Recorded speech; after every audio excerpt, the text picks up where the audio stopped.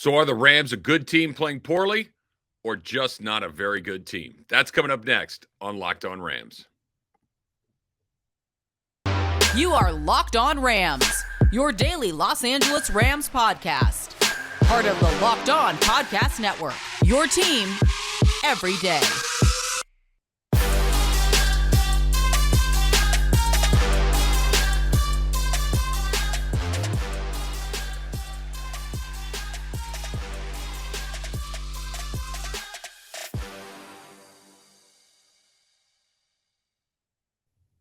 Thanks for making Locked On Rams your first listen every single day, free and available wherever you get your podcasts. My name is Travis Rogers. Thanks for making us a part of what you do in your podcast routine. Here's my ask of you. Please make sure you click that subscribe button in your podcast feed. That way you get Locked On Rams in your phone, your laptop, your car, wherever you are subscribed to podcasts every single day, and you can keep track of your favorite team. Also, check us out on YouTube. Our Locked On Rams YouTube page is also a great way to check out the pod. Subscribe to that as well. Why don't you click that bell? Why don't you make sure that you get a little ding every time that it pops up in your feed and you know that there's been a new podcast dropped as well. That is a great way to do it. You can also follow me on Twitter at Travis Rogers. You can see all the things that I talk about, whether it's just the Rams or whether it's my talk show, Travis and Sliwa, every day 10 to 1 on ESPN 710 right here in Los Angeles. And of course, I do the Rams pre, half, and post-game show on their flagship station, the very same 710 ESPN. All right, so here's what I want to do today. I want to talk about is this team going to be led by its defense the rest of the season? Is this going to be their lot for the 2022 season, a defensive-oriented team that's going to have to play games maybe in the teens and the low 20s as opposed to what we've seen throughout most of the Sean McVay era? That's coming up in just a little bit. We'll spend some time talking about that offensive line and where that is and where there's a little bit of light at the end of the tunnel when it comes to some offensive line health. That's coming up as well. But let's start right here. Let's start with this, but not before I remind you that today's episode is brought to you by LinkedIn. LinkedIn Jobs help you find the candidates you want to talk to faster. Post your job for free at linkedin.com/locked on NFL. All right, so here's the very simple question, and I think we're getting closer to having an answer. And by the way, feel free to answer this question in the comment section on our Locked On Rams YouTube page. And I'll read some of the responses probably on Friday because Thursday, of course, is going to be our crossover episode with Locked On Cowboys. So that's coming up on that day, but we'll get to the answers to the question. That's coming up on Friday. So the question is, are the Rams a good team who is playing poorly, or are the Rams just a team that's not very good in 2022? I want to believe it's the former, but I'm not entirely sure that it's not the latter. Let's go through the two possibilities of these things. Number one, is this a good team playing poorly? The argument for that is the defense is very, very good. As rough as Monday night was against the San Francisco 49ers, and as many times as we saw them run that tunnel screen to Debo and to Ayuk and to, Jawan Jennings and to everybody else that they ran it to for big yardage, the defense was really good. Think about what the defense did. The defense got off the field more often than it didn't. They held the offense, the San Francisco offense, to 17 points. I get it that this is not Jerry Rice and Joe Montana and Roger Craig and all the Dwight Clark and those guys, but it's still an NFL team. You hold them to 17 points, you should win the game. The other 7 came on the arm of Matthew Stafford going the other way, so they don't get credit for those. They got off the field and forced them to kick field goals down. They allowed that game to be a one-score game late into it. They held Buffalo, who's a very, very good team, to 10 points through the first half, got a little bit winded. And by the way, not their best effort in the opener. The game against Atlanta got close, not because of anything they did, but because of a fumble from Cooper Kupp and because of a blocked punt. Okay. And against Arizona, they were stifling. They never gave Arizona any sort of breathing room. 4 field goals along the way. Arizona really never in any sort of threat to win that game. So this is very good news if you believe that this is a good team, that they still have an elite level defense, that Aaron Donald has, while maybe not had a ton of highlights so far this season, he's been Aaron Donald. He's getting doubled and tripled and still impacting plays time and time again. Bobby Wagner has been as good as advertised. Again, this is a position that typically has not been a point of emphasis for the Rams. This is an area where they've gone through with some undrafted guys or some lowly drafted guys, or gone to get some veteran guys towards the end of their career. Now they have a legit high-level, all-pro middle linebacker in Bobby Wagner, and he's looking like it. And by the way, do not run on the field if Bobby Wagner is out there, because he will hit you. Okay, so the guy in San Francisco learned that the hard way. Jalen Ramsey, after a slow start against Buffalo, he's been really good. Missed a tackle on Debo, I understand. Jalen Ramsey's been very, very good. They've had some guys in the secondary that have really stepped up, whether it's Darian Kendrick and Kobe Durant when he was healthy. Robert Rochelle has been okay. Russie Yeast has been pretty good. Terrell Burgess has filled in. They've had some guys, despite a bunch of guys going down, the defense has been very, very good. So you can feel good about that once the offense catches up, once the offense finds its groove, then you will start to see a Rams team that looks more familiar than what we saw last year and the year before. And really, other than the 2019 season, what we've seen from the Rams in the Sean McVay era. That's the case that they are a pretty good team. They've got an excellent field goal kicker in Matt Gay, who continues to be kind of money in the bank. You've got a really successful track record at head coach in Sean McVay, who's going to figure some things out, who needs to get maybe a little bit more creative along the way, but certainly somebody that has proven he knows how to coach in this league. He knows how to solve problems in this league. And I know that this isn't a perfect comparison, but you go back to last November when they lost 3 games in a row. Matthew Stafford was throwing pick sixes. They did not look like a particularly good team. They fixed it. They figured it out. They were able to kind of add some elements to that offense. They obviously went out and got Von Miller. They obviously go out and get Odell Beckham Jr., so maybe there's some trades coming. But this is a guy and a team and an organization and a culture that wins, that finds ways to be successful. So that's the opportunity to convince yourself that this is a pretty good team, that this is a team that's not playing well, but that the bones there are very, very good. That Cooper Kupp is an all-pro wide receiver. That Cooper Kupp still may be the best wide receiver in football. Matthew Stafford, despite being off to a slow start, has a track record that you can believe in and feel pretty good about as far as big plays and big moments, right? This is a guy that the Rams, we're not sitting here talking about them defending a Super Bowl title if Matthew Stafford didn't do what he did last year. You're talking about some guys that have made. Allen Robinson has been a really good player everywhere he's been up until now. There's still a lot of optimism and hope, I think, if we're thinking this is a good team, that he's going to ultimately figure some things out and start to contribute, that Tyler Higbee will remain engaged, that they'll get the running game figured out, that the offensive line has been decimated, and that they'll get that squared away and start to be a better team. That's the argument for this is a good team that's playing poorly. The other argument is this is not a good team. That's coming up next on Locked On Rams.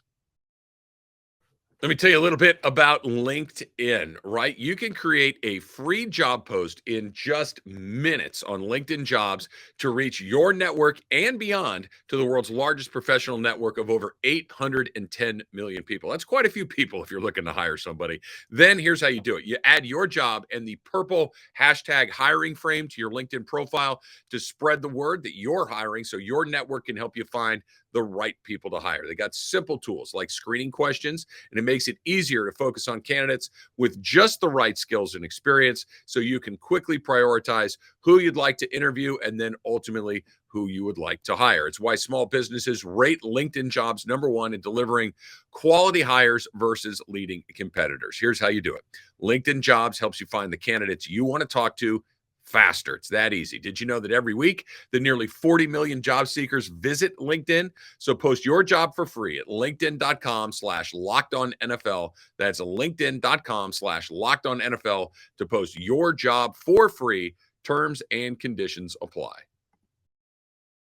Thanks again for making Locked On Rams your first listen every single day. Also, make sure you check out NFL Key Predictions every Friday on Locked On NFL. Locked On's local experts giving you the inside scoop on the 5 biggest games of the NFL weekend, including Sunday and Monday Night Football, plus betting advice from the field's leading experts, BetOnline. Follow NFL Key Predictions every Friday on Locked On NFL, available on the Odyssey app, YouTube, and wherever you get your podcasts.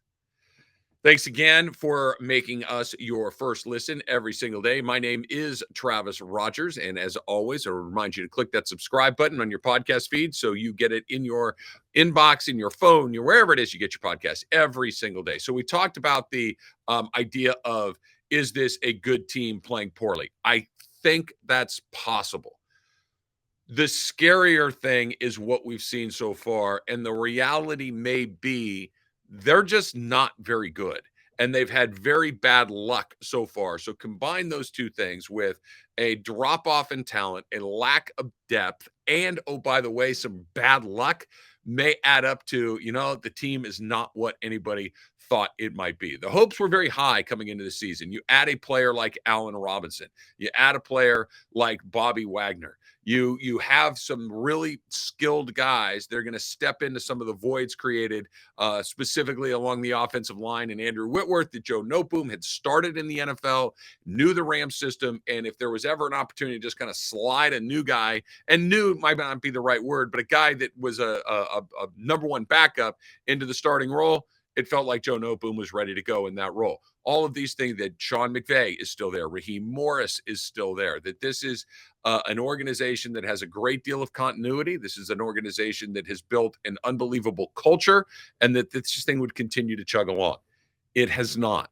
What has happened is Bobby Wagner, the acquisition of Bobby Wagner has been really good. But let's talk about what's happened on the offensive side of the ball, specifically at the wide receiver position, and why this is becoming a larger and larger problem week to week to week to week. And it might even be a larger problem coming up against the Dallas Cowboys on Sunday afternoon. Cooper Kupp's still doing what Cooper Kupp does. Fine. But it does feel like the opposing teams are kind of, look, Cooper Kupp can have his 10 catches, or in the case of the 49ers, have his 14 catches, a career best. But who cares? He's not going to bust us for a bunch of 60, 70-yard plays. He's not going to get into the end zone on those. And we really don't have to worry about anybody else on this field. Tyler Higbee's a nice tight end, but Tyler Higbee is not Travis Kelce. Tyler Higbee is not a guy that's going to be, a 125-yard guy and get in the end zone a couple of times. That's not what he is. They really miss Van Jefferson. They really miss Robert Woods. They really miss Odell Beckham Jr. That's three guys. Now, the good news is Van Jefferson is expected to come back at some point this season, because they're going to need somebody that's not Higbee and Kupp to make some catches. Allen Robinson has been a disappointment. Isn't even the right word. It's been a colossal failure through 4 games. Now, good news is you got 13 left to play, so you can fix it. But so far, there's been no indications that this is fixable. This kind of goes back to what we were talking about a second ago. Sean McVay is a really smart guy. Matthew Stafford's a very good NFL quarterback. Why can't they figure out a way to get Allen Robinson the ball? Why can't Allen Robinson get open? Why are they not looking at him? This is the part that leads me to believe that this just isn't going to work, because Robert Woods, when the ball is going to Kupp all the time, that's fine. But Robert Woods was open. Robert Woods was impacting the offense in a very positive way, even if he wasn't getting, 8, 9, 10 catches a game. They'd run jet sweeps to him. They'd throw little bubble screens to him. He was an unbelievable blocker. He was an incredibly useful piece to this team. And now, OBJ, do you have to say anything other than he's Odell Beckham Jr.? You know what he's going to bring. It's an incredibly dynamic presence. It's a threat. It's a guy that is a high level player, and you better pay attention to him or he's going to cook you. That's not what's going on with Allen Robinson. Odell Beckham Jr. might go to Green Bay. He might go to Buffalo. He might go to the Giants. There's no guarantees that he's coming back. And even if he does, there may be a point in the season where his addition is too little too late. That's a real possibility. That offense has to get going. Cam Akers and Darrell Henderson have given them nothing in the backfield. Malcolm Brown is back for a reason, right? It's not because those guys are so good they don't want to protect. It's because they can't get anything going offensively. The offensive line is in complete shambles. You've got 2 third stringers playing on the offensive line every snap, basically. You've got a second stringer playing every snap, basically. The only 2 guys that are the guys that you started camp with and ended camp with and feel pretty good about are your 2 tackles outside in Noteboom and Havenstein.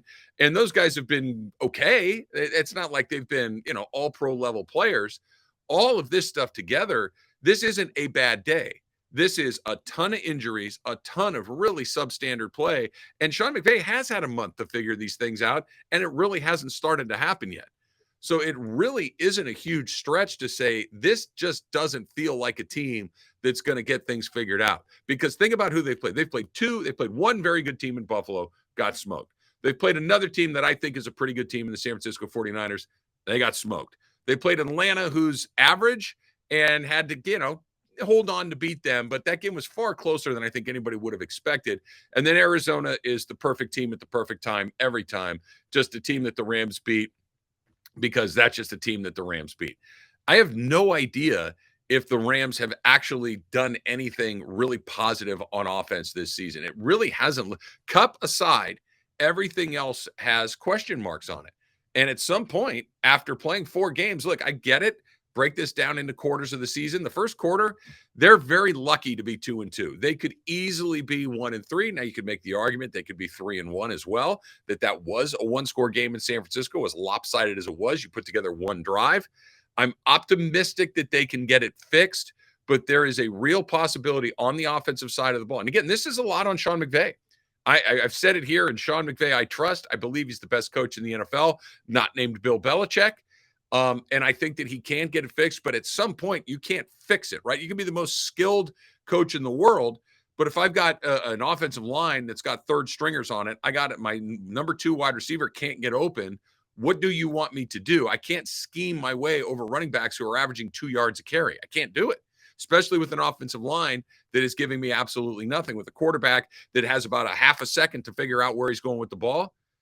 We'll see what it looks like at the end of the afternoon on Sunday against the Dallas Cowboys. But if this is another run back of what we've seen through the first 4 weeks, it may be time to start to reevaluate the expectations of this team and what got them here in the first place.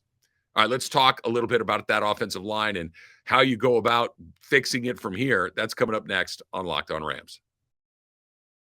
BetOnline.net is your number 1 source for football betting information this season. Find all the latest player developments, team matchups, news, podcasts, and in-depth articles and analysis on every game you can find. And as always, BetOnline remains your continued source for all your sports wagering information with live betting and up-to-the-minute scores for every sport out there. For instance, the Cowboys and the Rams. The Rams, go figure, are 4.5-point favorites coming into this one on Sunday afternoon. The over-under is 43.5. I hate to pick against the Rams, so let's do this. Let's just say that the under is looking rather tasty at this point. You got a Cooper Rush team against a team that has not played very good offense all season long, with Micah Parsons going to be absolutely feasting on a really dilapidated line. I'm just saying that under looks interesting to me. Head on over to betonline.net or use your mobile device to learn more. BetOnline, where the game starts. Okay, so the offensive line, look, here's some football 101. You know this, I know this, but it's always fun to say it out loud because it's just a reminder of when we get preoccupied with Allen Robinson, when we get preoccupied with the fact that Tutu Atwell may have just absolutely been the worst draft pick the Rams have had in maybe since Greg Robinson. This is always the number 1 thing you need to look at when a team is having success or not. How's that offensive line playing? Is it healthy? Do they match up well? Is there depth? Do you have some versatility, some optionality, as Sean McVay likes to put it? And right now, the answer to the question for the Rams is no, you do not to any of those things. Here's what it is. The Rams opened up the season with an offensive line projected to be, and I'm going left to right here. You had Joe Noteboom, who's coming in as a first-year starter at left tackle, but a guy that's been in your organization for a while, a guy that's started games at left tackle for you in the past and stood up very, very well. You feel pretty good about that. You got David Edwards as your left guard, guy that was your guard last year, a Super Bowl winning team, a guy that you feel pretty good about. You got Brian Allen at center. Same thing I said about David Edwards, you could say about Brian Allen, a guy that's been in your organization for a while, a guy that has proven to be very, very effective, a guy that you gave a new contract to that you're feeling so good about. So you can put Brian Allen there, and you're feeling very, very good about that as well. Let's keep going. This was the question coming into camp that maybe, hey, who's going to play right guard? Austin Corbett is down the road. He's gone to Carolina on a new deal. So you got to find a new right guard. Coleman Shelton, who is your number 1 backup at that spot, he's in the building, and you've given him a new deal, and he certainly has an opportunity to earn that job. But you also used your first draft pick, not your first round draft pick, your number 1 pick for you in the 3rd round on Logan Bruss out of Wisconsin to potentially be a starter at right guard. He blows out his knee in the preseason, gone. So not only is that not an option anymore, your depth has taken a shot right there. Coleman Shelton wins the job. Fine. Rob Havenstein at right tackle, we're done. He's been there a long time. He's been very, very good. Let's move on. Here we are after 4 weeks of the season. The only 2 guys that are still there are your tackles at both ends. Here's what's happened. David Edwards doesn't play last week because he's in concussion protocol. Bobby Evans comes in. Right? It's okay, but it's not good.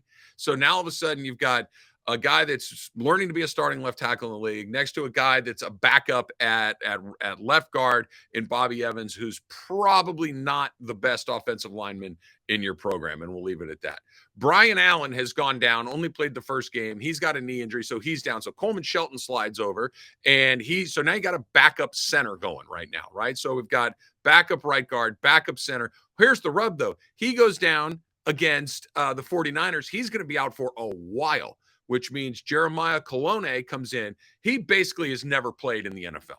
He's a guy that is very inexperienced and looked at against the 49ers. So he's going to have to hold down the fort at that center. By the way, calling out protections, line calls, everything else, the center is massively important. Now, maybe Brian Allen comes back sooner than later. Maybe that's a little bit of a light at the end of the tunnel, but you're going to have to play with your 3rd string center for the foreseeable future. That's not good. Your right guard here, you're down to your 3rd string right guard too, because your starter, Coleman Shelton, he's gone. Tremaine Ankrum played about 4 seconds of a game, broke his ankle. He's gone. Now you're down to the 3rd guy right there in Alaric Jackson, who has held up okay, but there's a reason he was a 3rd string guy in the first place. So you've got, and then Rob Havenstein still out on the right side at tackle. You've got a 1st stringer, a 2nd stringer, a 3rd stringer, a 3rd stringer, and a 1st stringer. What is Matthew Stafford supposed to do? What is Cam Akers supposed to do? Darrell Henderson supposed to do? What are the line calls? What are the play calls that Sean McVay is supposed to put together when you can't protect your quarterback at all, when you can't run the ball at all, when you've got exactly one offensive weapon to look at to begin with? How are you supposed to get that fixed? How do you coach around the entire interior of offensive line being backups or backups to backups? I don't know what the answer is. He's got to figure it out, or this thing. And look, Dallas is coming in. Dallas has an incredible defensive line. You've got arguably the best defensive player in football, not named Aaron Donald, and Micah Parsons waiting for you. This could be bad. Now, this is what Sean McVay makes all that money for. This is where you have to come up with some solutions, but this could be very, very rough coming right out of the gates. All right, that's going to do it for this edition of Locked On Rams. Thanks for making us your first listen every single day. Now make your second listen the Peacock and Williamson NFL Show. Brian Peacock and former NFL scout Matt Williamson giving you the expert NFL analysis that you need in less than 30 minutes. It's free and available wherever you get your podcasts. Until next time, whose house? It's Locked On Rams house.